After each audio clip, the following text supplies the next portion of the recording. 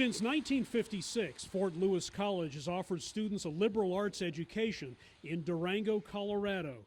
Fort Lewis actually began as a military post a short distance away in the late 1800s, then became a federal Indian boarding school. Federal Indian boarding schools were not kind places to Native children.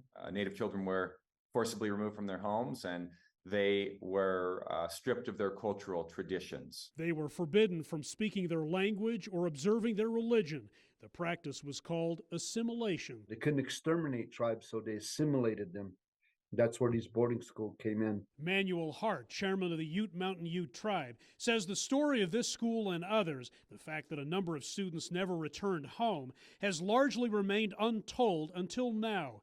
A new report released by History Colorado identifies at least 65 students who died at Fort Lewis and one other Colorado school, part of a 40-year pattern it found of physical and emotional abuse. The report is a necessary step in the state and the nation beginning to address the painful history of the boarding schools, what we can kind of call generational trauma. We will whip you. Layers of that trauma have gradually been peeled back during the U.S. Interior Department's Road to Healing tour, But still, they hit him 10 times. in which boarding school survivors and their descendants have shared often painful stories. Some of the boarding school history is contained in federal archives like this one outside of Denver, including letters from school superintendents to their superiors spelling out the conditions in their facilities. These kids have to huddle around a fireplace because it's so cold and the roof is leaking. Justin Guy, a student at MSU Denver,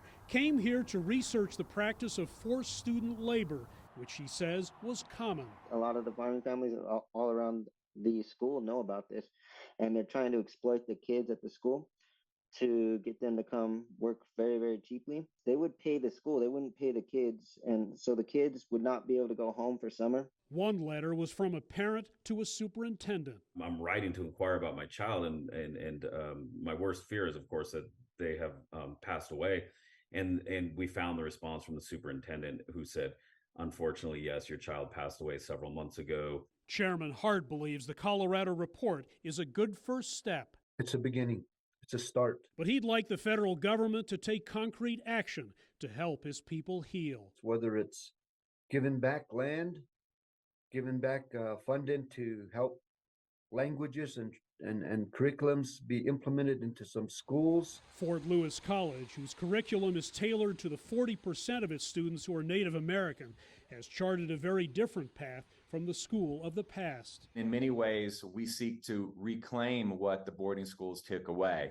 A process that continues here and elsewhere more than half a century after the last such school closed in the U.S. Hendrik, Sybrandy, CGTN, Broomfield, Colorado.